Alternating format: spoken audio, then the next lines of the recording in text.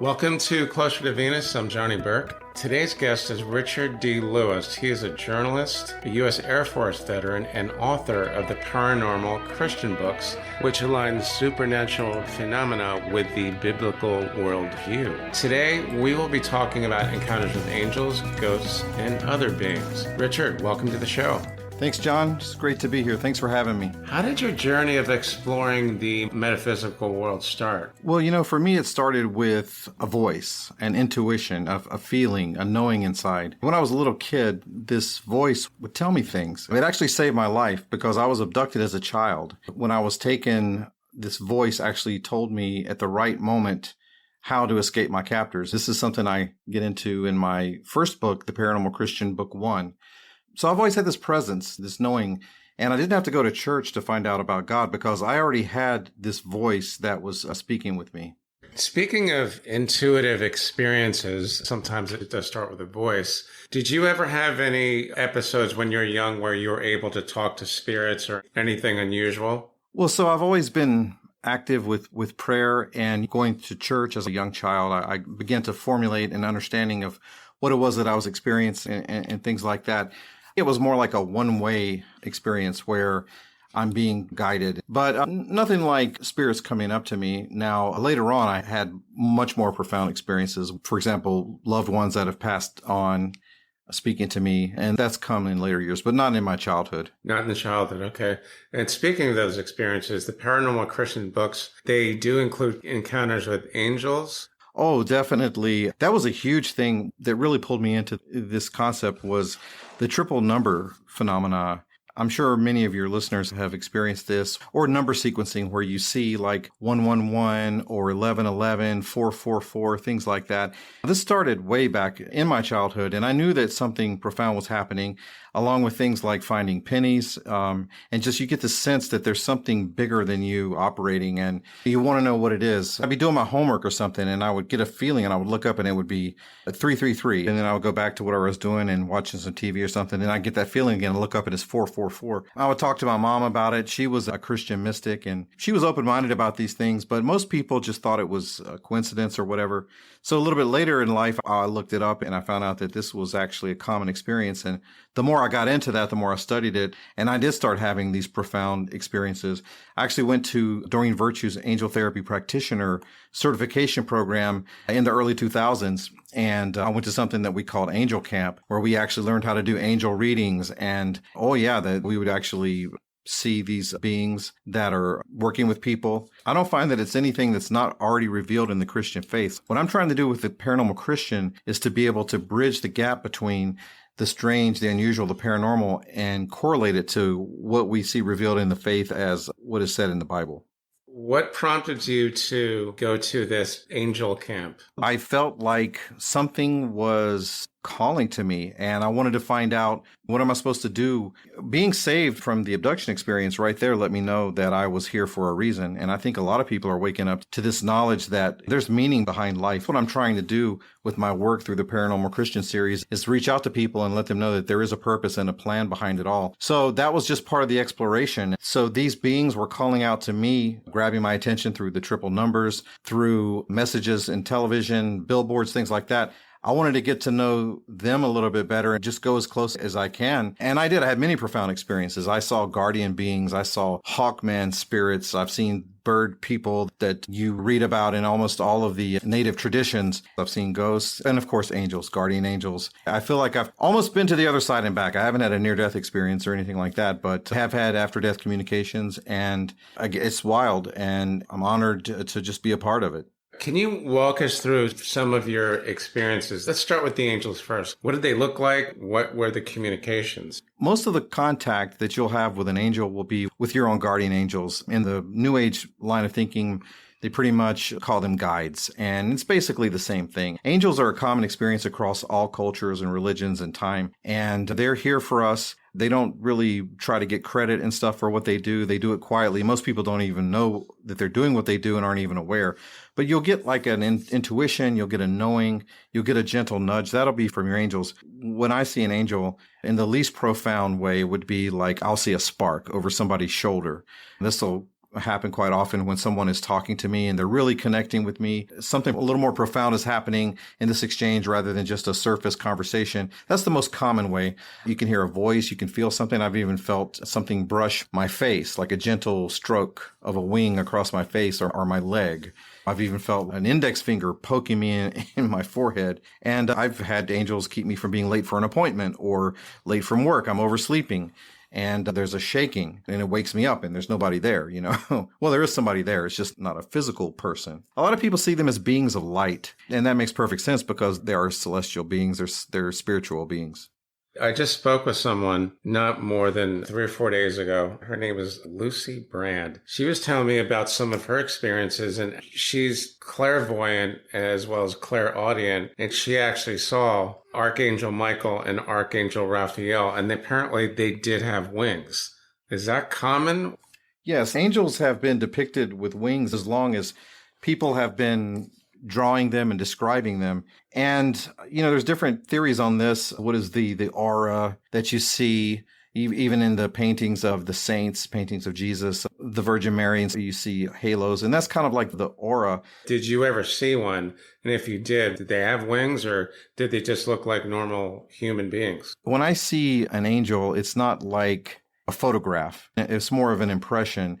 And a lot of it depends on how profoundly clairvoyant I am at that moment in time. To reach that level of clairvoyance, you really need to really purify yourself. You cut out the caffeine, the chocolate, fats, cut down on the meat, all those kind of things. When I was going to the angel camp, we had a regimen where we were fasting from all that stuff. We had a media fast, no television, no radio. When you live on that kind of level, it's kind of like a religious practice where you separate yourself and go to a monastery or something. You will have more profound visions and experiences when you do those kind of things. You see this in the native traditions. You see this in Christianity and almost all faiths where you quiet your mind. In the Bible, it says, "Be still and know that I am God." And this is what happens. You ever seen the movie Daredevil, where Daredevil's blind, but he sees with like a sonogram hearing, and it's like outlines, like silver outlines. So that's what I see in the most profound moments. And yes, I would see wings. Like the Hawkman Guardian I saw when I gave a reading on one of the people, I immediately saw this being that looks kind of like Hawkman from the comic books, but not in a silly, cartoony way, but a regal. But yeah, you make out wings and you see that. Beings like the one you just mentioned, like Hawkman, they've been described to me by several people as spirit guides. I've been told this dozens of times. We all have them. They're a little bit different than angels, although sometimes they can be the same thing, as far as I'm told. But some of these spirit guides can look almost like something that's come out of a comic book, but a lot of their function is to protect us. In your experiences, did you get a sense of that or not really? I think the Bible's really clear that guardian angels are a real thing. This is in Psalm 91 and 11. From my experience, that is what they are, and they will appear in various and diverse ways. We see all kinds of diversity in the physical world. Why wouldn't the spiritual world be just as diverse? When I see a being like that, to me, that's an angel.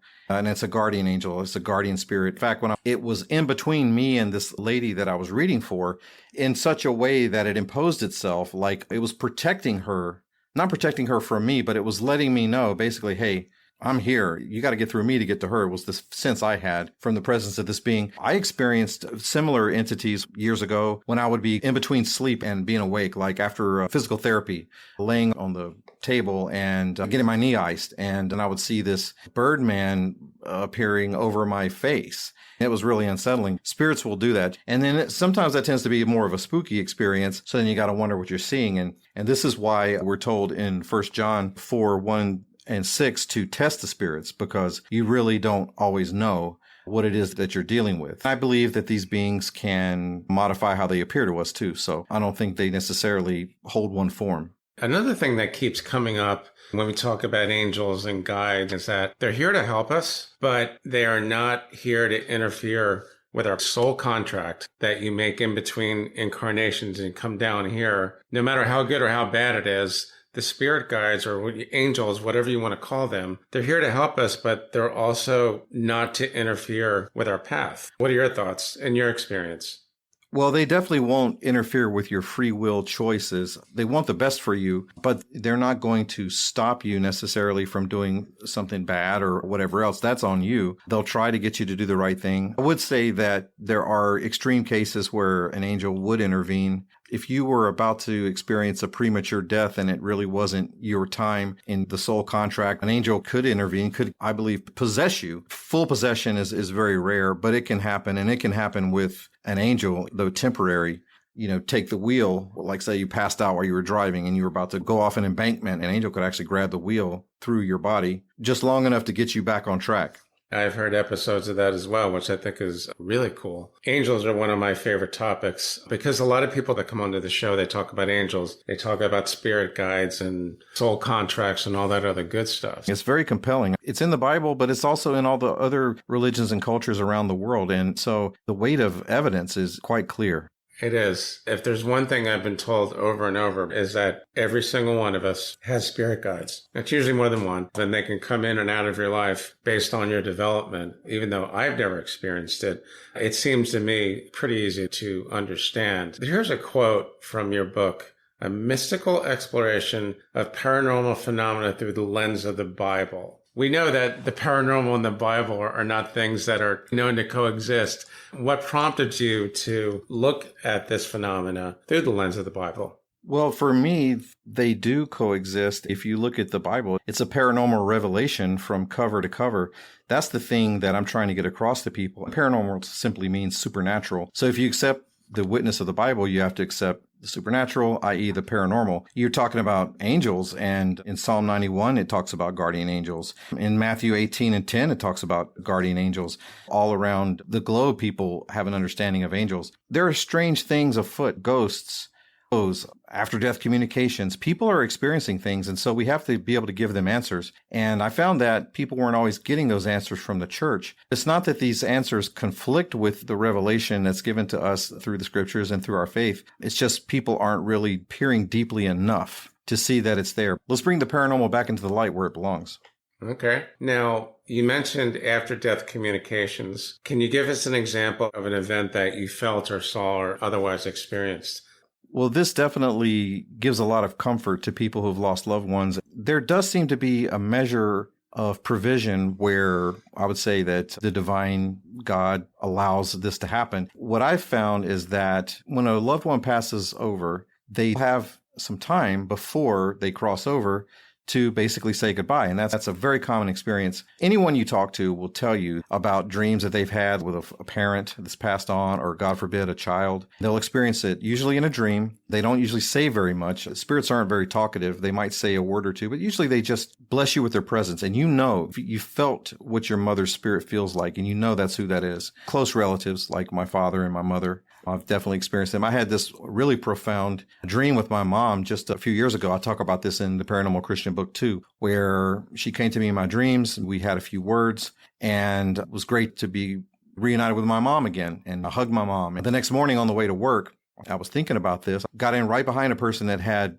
mom right there on their license plate. I was like, wow, this is amazing. So I went home and I was telling my wife this story, and it happened to be my mom's birthday the next day after the dream. And right as I was telling her this story, she said, "Happy birthday, Mommy." And right on television, there was an image that came up on the show that we were watching that looked like it spelled out the word exactly, M-O-M. So I actually froze the live television and took a snap of that. And that's in my book. I also took a picture of the license plate of the person that I was in behind that same day. But my editors were telling me, "Rich, you don't want to put that in the book." And I was like, yeah, you're right. This is how spirit communicates to us. It's constantly happening. Even though you may not have personally experienced angels, or at least you don't think you have, they're always there talking to you. Sometimes you'll get an idea, an inspiration. Music, for example, the word music comes from the muses. Every creative person or a person that invents things will always get these messages, these ideas, these concepts. You might think it's coming from you, but quite often it's coming from outside of you. And when you had the dream with your mom, were you aware that she had passed, or was it a type of moment where... Yes. So you were? Absolutely. Absolutely. I knew that I was in a dream and that was my mom. Would you consider that a lucid dream, though, because you were actually aware you were dreaming? It was something like a lucid dream, although I wasn't consciously doing anything to control it. Most people think of lucid dreaming as like, oh, look, I'm dreaming. I think I'm going to fly for a little while. That'll be fun. It wasn't like that. I was in the parameters of this dream. I knew what was going on. I knew that my mom. So in that sense, it was lucid. I've heard other people that have said the same thing, that they were lucky enough to see a relative who was passed and actually be aware that they're dreaming at the same time.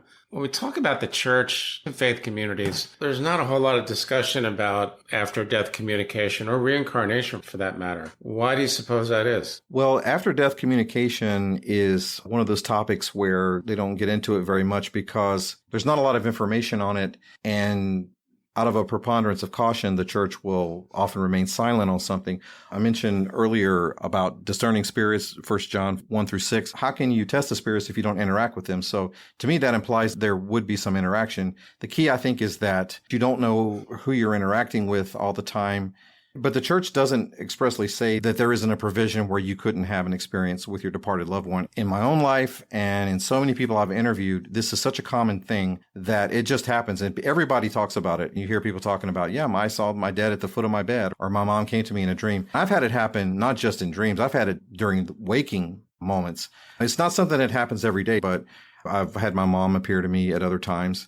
My father appeared to me at his wake, and we interacted. And I've had that happen with other departed loved ones as well. Having that ability, is that a gift or is it sometimes more of a burden? I think it's both. But first of all, I think we're all gifted with psychic abilities, and it's kind of the more common vernacular to refer to these things as psychic experiences, clairvoyance, clairaudience, clairsentience. In the Bible, it talks about things like word of wisdom, word of knowledge. And you see these things happening. For example, there's the famous story of the Witch of Endor, where the medium there conjure the prophet Samuel. Some people say, well, that's a forbidden practice, so you can't count that. How about the transfiguration? Moses and Elijah appear to Jesus and talk to him. And there's the story of the rich man and Lazarus. So these are all examples in the Bible where people who are passed on are still conscious, still interacting. And the Bible says, I'm the God of the living, not the dead. So that tells you right there, I'm the God of Abraham, Isaac, and Jacob. I'm the God of the living, not the dead. So that right there opens the door for that. Now, reincarnation, that's definitely really digging into it. And even though I'm a Christian, I'm not afraid to dig into this because many Christians believe in reincarnation. And I've come to that belief, but I don't think it contradicts with the Bible. Do you not know me as Elijah? Was it John the Baptist that said that? That was Jesus. And in Matthew 11, verse 14, he says, and if you're willing to receive it, he, speaking of John the Baptist, is Elijah. So it was John the Baptist then, right? It was John the Baptist that he was talking about because they were trying to figure out, actually, what started the conversation was the disciples were trying to figure out who Jesus was, and people were saying that he was Elijah that was returned, or Elisha, or one other prophet. So right there, that implies a belief in reincarnation, or at least something that looks a lot like reincarnation. Because Elijah had died 400 years ago. Exactly. And right there, Jesus said he is Elijah. That's a pretty good endorsement. It doesn't say he was like Elijah. It says he is Elijah. Right, exactly. But he was also John. That's the thing about reincarnation that you have to understand. That spirit force, because we are spirit, soul, and body. Even though it's in the Bible, people don't understand that. So that's something that I teach in my books. We're spirit, soul, and body. Your spirit is that which animates the body and creates the soul through the union of body and spirit. So the spirit might be, in this incarnation, I'm Richard, but then I might be somebody different in another incarnation, but I'm still the same spirit. So that explains how someone could be both Elijah and John. I've been told we've had hundreds of past lives, if not thousands. Reincarnation, it's considered a heresy in the church, but it's an old teaching. And a lot of people think the church father Origen believed in reincarnation. He definitely believed in the transmigration of souls and in worlds before ours. I believe in those things too. And I don't think it contradicts the Bible. The spirit, soul, body will die. But who's to say that spirit doesn't animate another body at some other point until the resurrection body, which the Bible talks about? For those people that are listening who have not listened to this podcast before, if you really want to learn about reincarnation, go to reincarnationresearch.com, which is a site that was administered by Walter Semke, who unfortunately passed last month. But he talks about the work of Ian Stevenson, who was the psychiatry chair at the University of Virginia. Knowing what you know now, and seeing evidence of different types of psychic phenomena, when you hear someone say, I believe Christianity needs a reboot, are you inclined to say that might be right? Or is it something you want to avoid? Oh, no, not at all. I don't think Christianity needs a reboot at all. I think the problem with Christianity is all of the baggage and all of the dogma that's gotten attached to it. But I think the faith as revealed in the Bible through what we profess in the creeds is all about the paranormal. It says that God is the maker of all things visible and invisible. Right then and there, you're talking about the paranormal.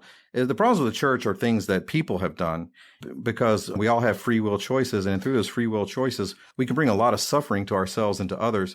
Yes, very much so. You mentioned something about UFOs, which I believe is one of your experiences. Tell us about that. How did that happen and what was it like? The UFO problem is multifaceted. There isn't a clear single explanation for what UFOs are. I didn't actually see a UFO until much later in my life. I'm also an Air Force veteran, so I've seen all the high-tech advanced aircraft and even spacecraft that we field.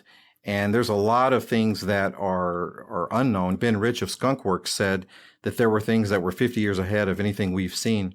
The Paranormal Christian book 2, I devote about 20% of the book to the subject of UFOs. And I go through the history of UFOs and all the different theories, and including the interdimensional theory, which I think has a lot of merit, certainly for the close encounters. I've seen a couple of UFOs. I saw one when I was in Colorado Springs in the military years ago. As I was traveling on the road, I saw like a reddish, orangish globe, ball of light, really. It was kind of bouncing along. It looked a little bit like the light on a radio tower, only it wasn't blinking, and it was also free moving through the air. I was actually making my way to the base at the time, and several people were pulled off the side of the road also looking at this thing. I saw it go for quite a bit, and then it disappeared.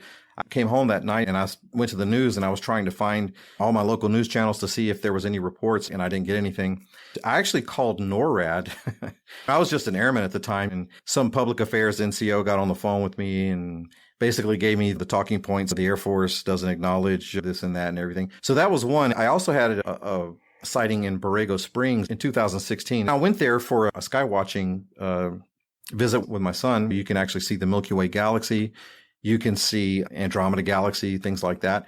And we're just laying on our backs there looking up at the stars. And what I saw was like this oval shape form in the sky. It was like an eye opening. It was like white, like yellowish white. And it opened and it closed. I felt that I was experiencing something profound, perhaps a portal opening or something. Was this spiritual? I'm not really sure. It was definitely nothing conventional, because I've been on site as a journalist and working for the Air Force, covering like the Delta IV heavy launches, the space shuttle launches. I've seen all these exotic aircraft, the B-2, the F-117. I've seen them up close. I've seen them in flight. And this is nothing like any kind of conventional equipment that we have.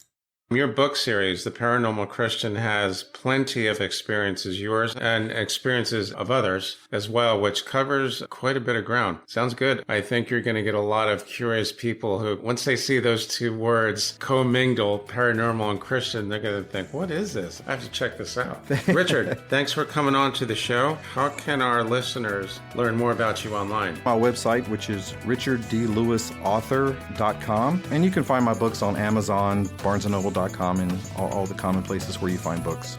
I will put that in the show notes and the transcript as well. You've been listening to Closer to Venus. I'm Johnny Burke. If you enjoyed today's show, please consider subscribing. You can also leave us a review on iTunes as well. For more info, go to closertovenus.com. Thanks again, and we'll see you next time.